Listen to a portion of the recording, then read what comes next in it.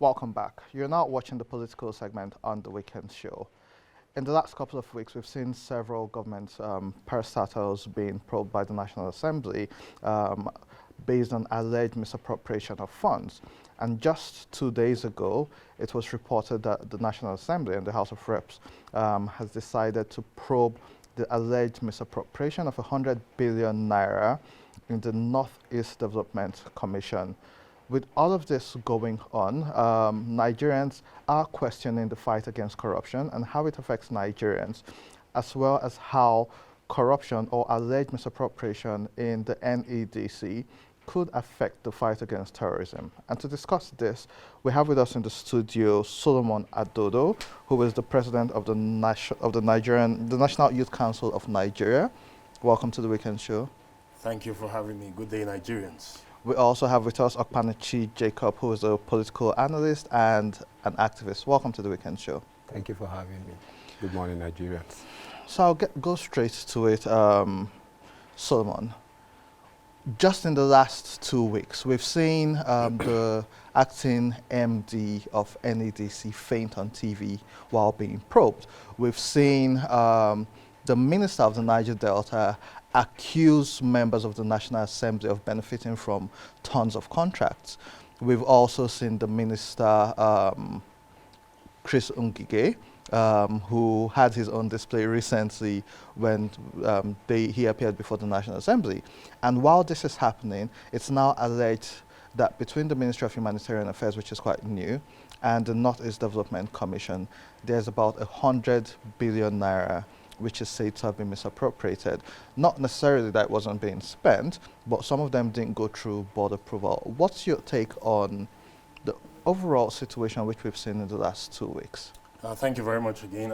First of all, you see, we at the National Youth Council of Nigeria are pro-anti-corruption. We are pro-transparency. And we don't care whose ox is God. We want to ensure that there are no sacred cows.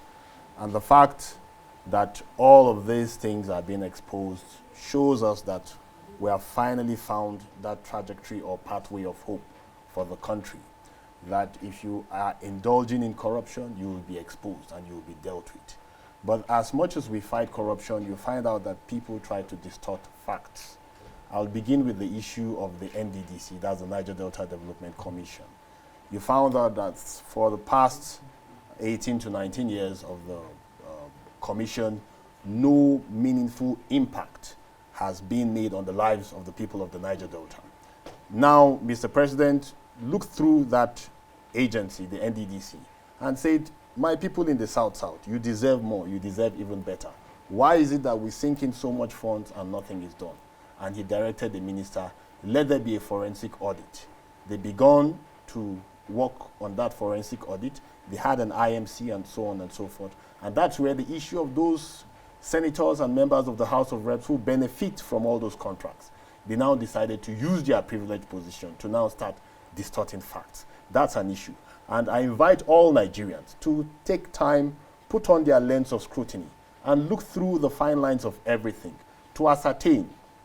You know, when the minister alleged that some members of the House of Reps and the Senate have benefited from contracts in the Niger Delta, I will tell you authoritatively, as an independent investigator, you understand, that we did our own findings. And we found out that these men, they may not get the contracts in their own name, but they have cronies, they have friends, they have associates. They will go and pressure this agency, the NDDC, and say, give them this contract. Okay, but I'm going to cut you short yes, so that we can circle it back, because we also want to focus on this new allegations with the NEDC. And so let's circle back to this. People say there's no smoke without fire. So we've heard about NSITF, we've heard about NDDC, and now NEDC. What do you see about the current allegations against NEDC, which involves the chairman of the commission and also the Minister of Humanitarian Affairs? What we will say at the Youth Council is that let everything be exposed. Let the probe go on. Wherever anybody has run foul of the law, there are procedures. There are procurement procedures, and everything is spelled out. The mandate of the commission, how things are to be conducted. If you miss one line, you have run foul of what should be. And anybody that does that should be prosecuted. You understand? And we are also saying that we have been calling on the National Assembly, whatever you are doing, do it on the plinth of patriotism, on the plinth of the fact, or the platform of the fact that you want a better Nigeria, no compromise anywhere. Not because maybe you did not get this contract, not because maybe this thing did not pass through you. Because you see, that thing that was thrown up by the minister, it is a huge integrity question on the members of the National Assembly. So we welcome every probe because we don't want anything to be swept under the carpet. It is for the sake of the future of the Nigerian youth. You understand? Recently we held a rally on Monday to urge Mr. President, let the war against corruption continue unimpeded. Let the war against corruption continue irrespective of who is affected. We saw the EFCC chairman suspended already, and then so much investigation is ongoing. So we will also do our own independent investigation on what happens in the humanitarian affairs and also the Northeast Development Commission. Because you see, if there is no development, as it is with the Niger Delta, so it is with the Northeast. If there is development, more of the youth will channel their energies into productive endeavors. Naturally, you will find out that the terrorists will have less individuals to harvest, to perpetrate their heinous crimes. You understand? And then the more youth you have on productive endeavors, less of terrorism, it brings up a lively embrace where productivity thrives. So anything that stands against all of this, we at the Youth Council will frown at it and we will fight against it. So we call on the National Assembly, whatever they are doing, they should do it on the springboard of patriotism. Thank you very much, Mr. Okpanachi. I'm going to bring you in.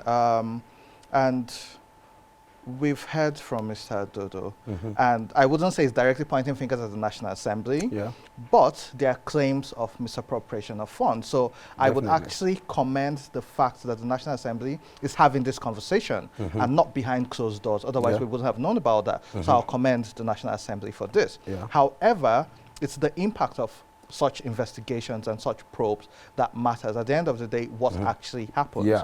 With what's going on in the NEDC and seeing what we've seen in the previous weeks from EFCC and the likes, how do you think this affects the fight against corruption? So the fact that we can see, does it mean that Mr. President is at least letting them go on freely to fight this? Or does this show that within his government, there's been a failure of leadership when it comes to fighting corruption?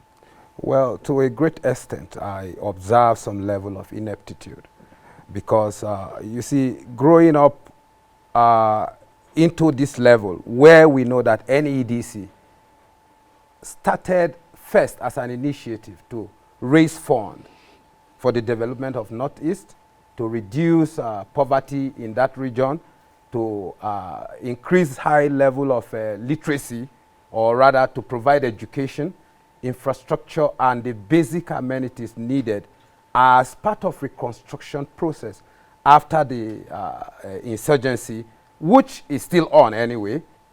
But unfortunately, we have a lot of,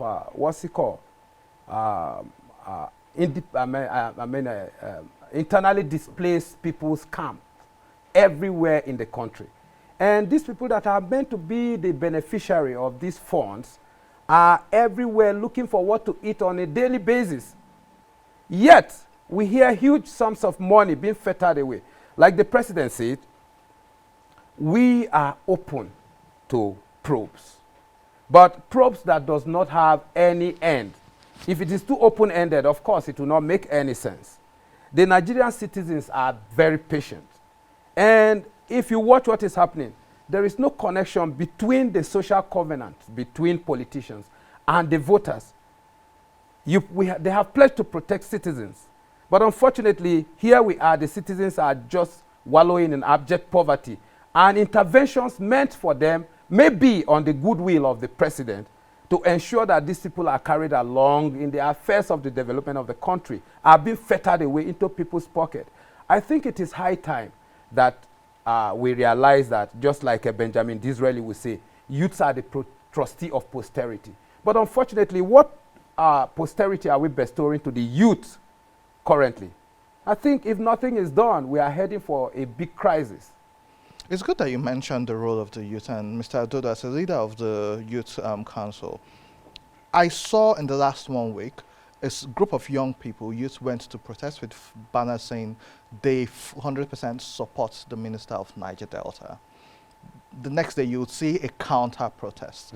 We have seen a lot of marches and protests where, in most cases, they appeared to have been funded by the parties being fingered in these situations. What is the role of young people and organizations such as yours in ensuring that this change goes beyond talk, beyond social media, beyond just the protest, but to see that we aren't going to deal with this anymore? What are sustainable solutions to ensure that we can hold leadership accountable? Well, I'll tell you one thing, evidence, results. Now, you find out that because of the rate of unemployment and poverty in the land, you could just get a band of youth. Even if somebody is black, they'll paint him white. We really frown at that, you understand? And they just go out with banners and everything. But we are asking these young men, particularly in the case of the Niger Delta and the saga in NDDC. We held a meeting with leaders, youth leaders in the Niger Delta region. Some of them came over the last weekend, and I spoke with them, and I said, they came, they wanted to do a rally, say, this one must go, that one must go, and I asked them, before now, was there anything like a forensic audit in the NDDC? They said no. Before now, before the forensic audit, did you see a frenetic pace of project execution at the pace you've seen now? They said no. Because immediately the forensic audit began, you found out that contractors began to move back to site. They began to execute the contracts, build the roads for which they had been paid before, and they had pocketed the money, you know, and the hospitals and everything, and things are going on. Now, if you beam the lights and say, okay, this audit must go on, which is what Mr. President is saying, that let's expose everything. It's not for us to hide it and let it fester, and then we say we are winning the war against corruption because we have not exposed corruption. If something goes wrong, it's ideal it's exposed immediately. Sorry, and that's what Mr. President did by saying, let there be a forensic Sorry, audit. can you speak clearly on Mr. President's position? Was this prior to the probe with the National Assembly, or was this while this has started? Has the presidency come out to take a stand on what's going on in the NDDC, NEDC, and even EFCC? I know about EFCC, but you just said about the president saying they should ensure they carry out this forensic audit.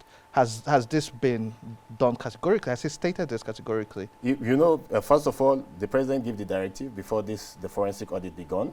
And I think about 2 or 3 weeks ago, he made it very clear that there should be concerted investigations from all fronts so that there will be no escape route, so that as things are happening, let it be that the people of the Niger Delta, they benefit from the funds that go there, not to be frittered away by politicians. Now, if, for instance, there are people who benefited from contracts and never executed them in the National Assembly, and they want to use a probe as a smokescreen, Mr. President has said, no, that will not end there.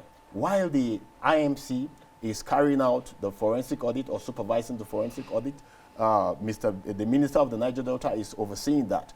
The security agencies also should be carrying out their independent investigations. The EFCC, the Nigeria Police Force, and also discreetly the Department of State Services. So there is now a concerted approach to ensure that things that were not supposed to be no longer exist. Corruption is being swept out. To ensure that people don't just wake up and begin to carry money that is meant for the developmental projects. So what we are telling our youth, beyond coming out to say, Akpabio must go or Akpabio must stay, beyond coming out to say, oh, we stand with the National Assembly or we don't stand with the National Assembly, ask yourself, before Mr. President ordered the forensic audit, were they executing these projects in the Niger Delta like they are executing now? I told them, I said, the last time I visited, some of you hosted us, and we went on roads that met with the best quality. We saw healthcare facilities springing up because those who were to steal the money have been pressured to go back to site. So what we are saying is that the pressure should be sustained. We are not concerned about this one should go or this one should stay.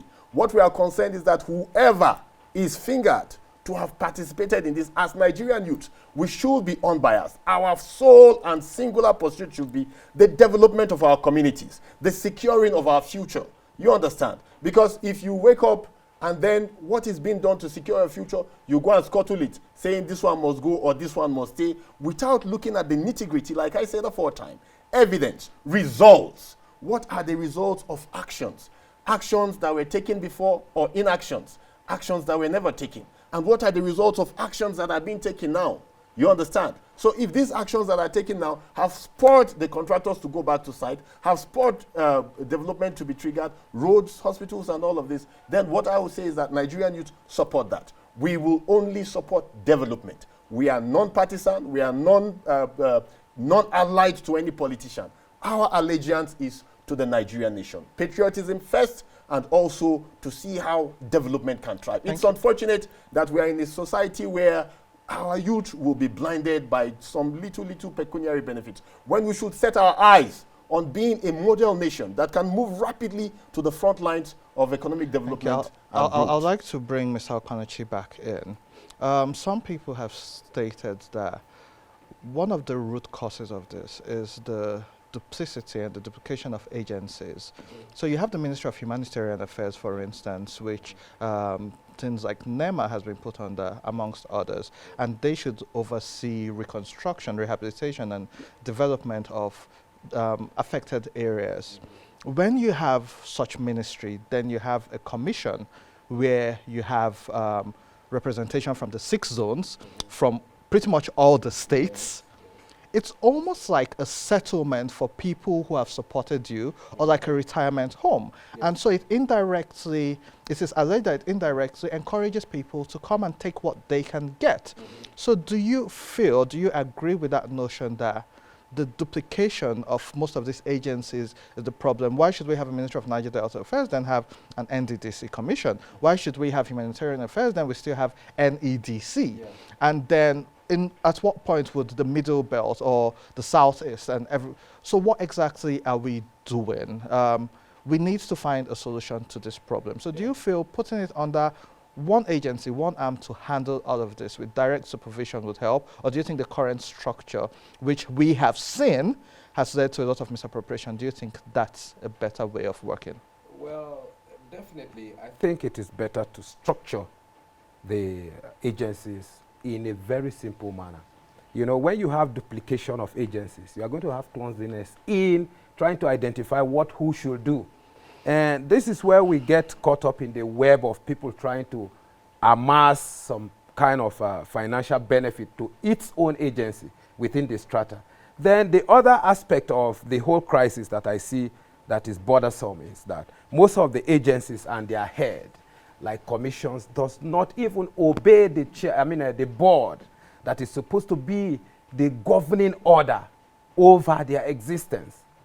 And if you look at it, if things are done procedurally, even if it is that we have 20 agencies in one ministry, there will be no problem. But the problem we always have here is due process is being breached to the extent that it has been bleached. We don't have due process in anything anymore. For example, let me just drag us back to NDDC, where we have people spending beyond budgetary allocations, or where people are spending from a budget that have not been attended to. So if all these things are not there, I think they will be focused on what they are supposed to do. And various agencies will do the things that are spelled out for them.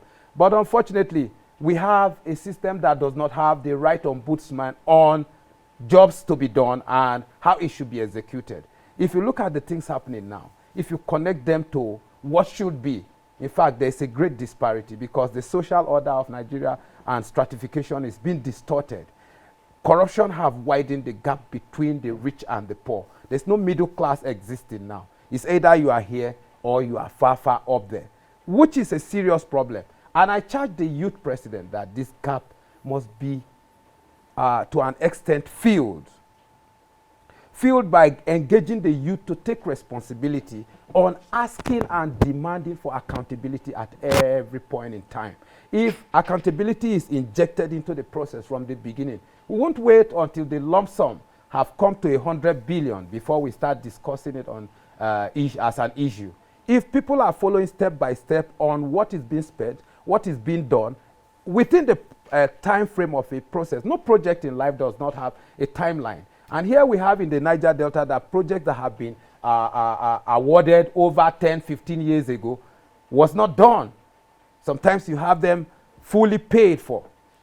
So I think the essence of setting up these things are to be able to help ease the distribution of work so that government can have quick results. But unfortunately, corruption have now totally eaten up the system that you cannot tell between what is really good and what is bad, because it is obvious that consciousness has been reduced from our polity. If people are conscious enough with good conscience, you won't take money that is meant to develop a society that insurgency have now ravaged.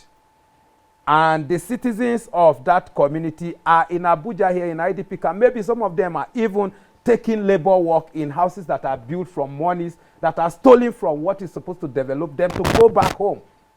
So there's a whole vicious cycle that both poverty and corruption have come to get a link. If you could, what would you do to fix this?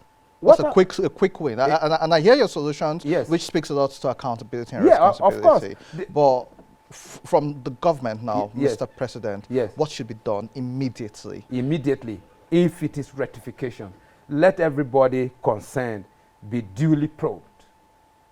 Let everybody that has a hand be duly punished to serve as a deterrent to others that might intend to go into it. Then fix a mechanism, a strong feedback mechanism that will deal with corruption at its minutest point.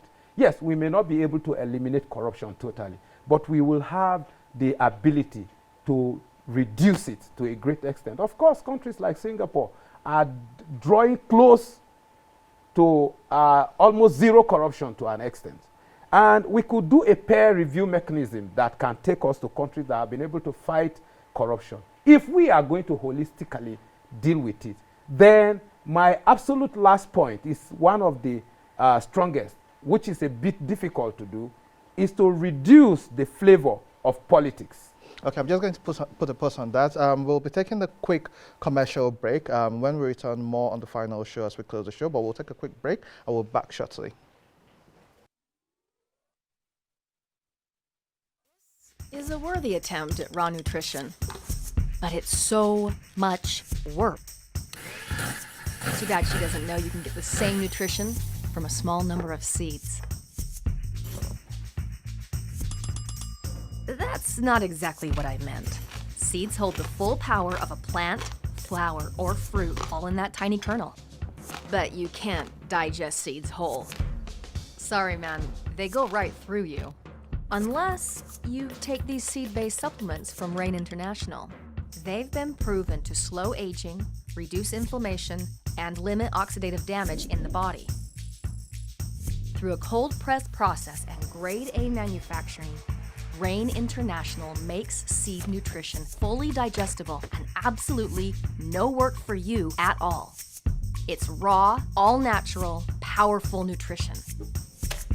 Go ahead, drink to your health.